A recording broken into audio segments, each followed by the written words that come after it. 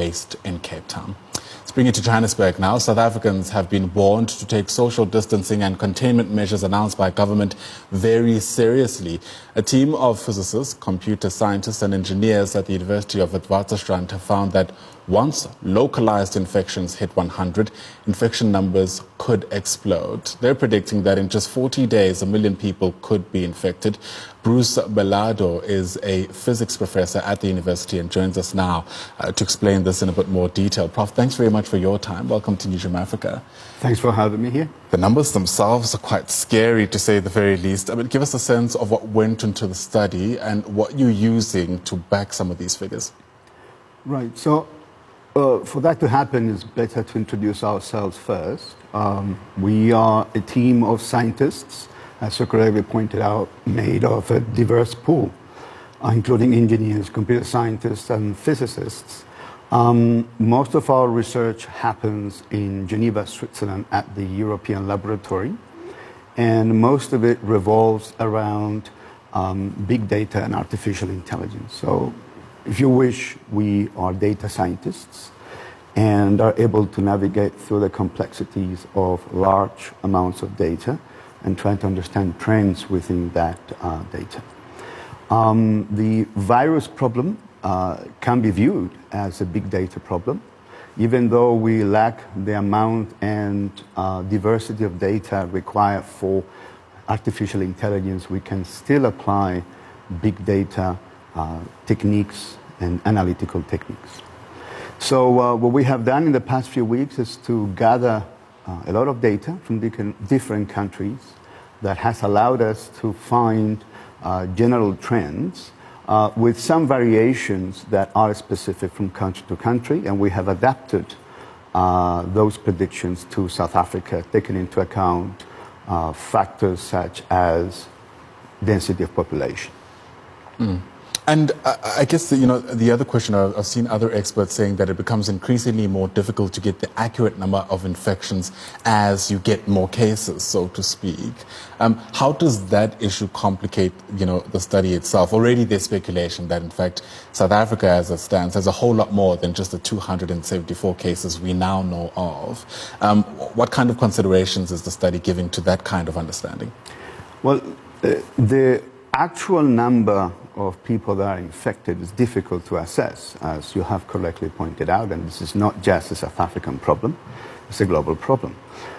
However, what we know is the people that have tested positive, and that's a very, very, very important metric, okay?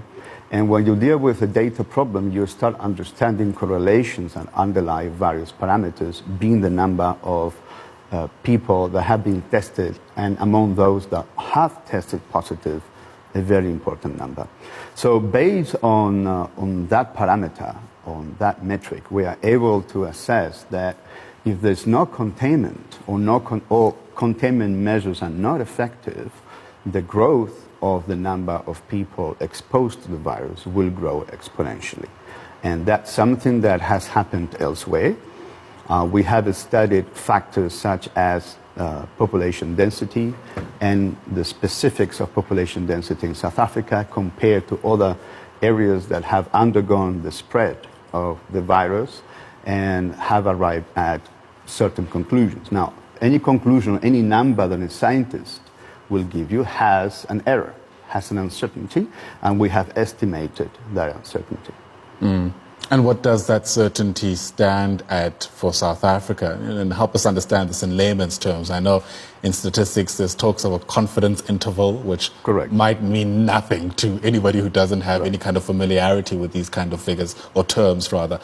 So, speak to us about, the confidence that you have in these figures and what that actually means in a practical sense. Correct. So the way to deal with that issue is to devise a worst case scenario and a best case scenario. The bigger the difference between those predictions, the bigger the uncertainty, and the smaller the better, or the smaller the uncertainty, or the better our confidence in the central value are. So what we have done is, based on factors such as density of population and other factors, we have estimated an uncertainty. That being said, while the numbers are uncertain, if there is no containment measures applied, as we have seen during the beginning of the spread in many countries, we know for a fact that the spread will be exponential. And the bottom line and that we want people to take home is that containment measures, those measures that have been issued by government, need to be respected to the letter if we want to curb that exponential growth into something more manageable than the healthcare system can handle. And a lot of people talk about flattening the curve. I think that's becoming the new buzzword as well. You speak about containment measures. There's a raging debate about which of those are the best and most effective and when, right? Take us through whether or not trends, even globally, have been able to reveal to us yet what some of the most effective measures are at this point. Correct. The good news is that containment measures have worked. And now, a week into those measures, or the application of those measures seriously, we now are seeing a strong reduction in the rate of growth of the spread. And as of last night, we were able to estimate that hadn't these measures been implemented in Italy, Spain, or France, the number of mortalities and the number of people infected would be 2 to 3 times larger, only a week into the application of those measures. If those measures continue to be applied consistently, and most importantly, if the population abides by those advisories, the gap will become even bigger and bigger, maybe 10 times less. And that's essentially the difference between a serious and severe crisis that we should all be worried about and pull ourselves together to resolve, and a catastrophe.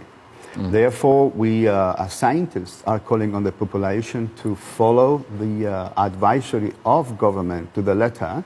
Containment measures do work and do keep the rate of growth away from this exponential growth that we all fear and dread. I guess, and the immediate question then becomes, how far are we from that point of catastrophe, do you think, as South Africa? I mean, are your data sets able to at least reveal to us how much time, if any, we have before, I'm afraid, it becomes a little too late?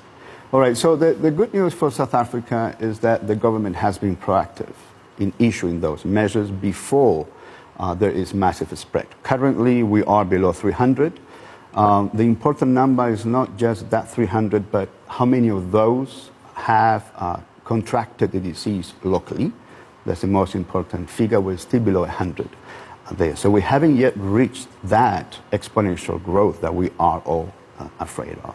So in that sense, the government has acted proactively, timeously, and we as citizens have the obligation and the opportunity to follow that advisory to the letter. Absolutely. To avoid that exponential growth.